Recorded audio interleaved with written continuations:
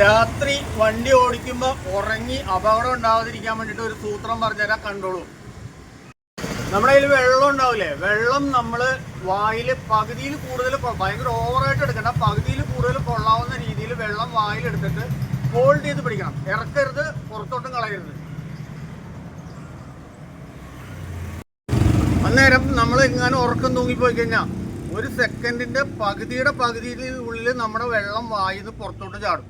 നമുക്ക് ഒരിക്കലും ഉറക്കത്തിൽ വെള്ളം ഹോൾഡ് ചെയ്ത് പിടിക്കാൻ പറ്റില്ല. വെള്ളമല്ല കുറച്ച് ചാടുള്ളൂ, നമുക്ക് ജീവൻ കിട്ടുമല്ലോ. അപ്പൊ നമ്മൾ എണീക്കും.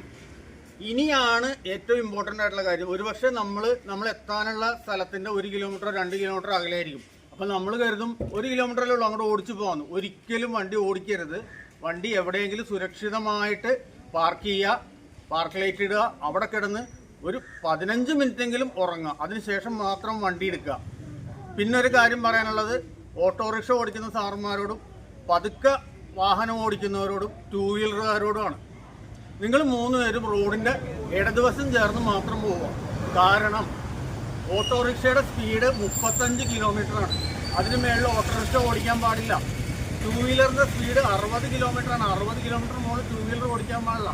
പിന്നെ പതിയെ പോകുന്നവർ അവരെന്തിനാ റൈറ്റ് സൈഡ് ട്രാക്കിൽ കൂടി പോകുന്നത്? അവരൊക്കെ ലെഫ്റ്റ് സൈഡ് ട്രാക്ക് കീപ്പ് ചെയ്ത് ഓടിക്കുക. കാറിൻ്റെ വേഗത 110 കിലോമീറ്ററാണ്. കാറോ അല്ലെങ്കിൽ വേഗത്തിൽ പോകുന്ന വണ്ടികൾ പൊക്കോട്ടെ, നിങ്ങൾ എന്തിനാണ് തടസ്സം നിൽക്കുന്നത്? അപ്പോൾ എല്ലാവർക്കും സേഫ് ജേണി.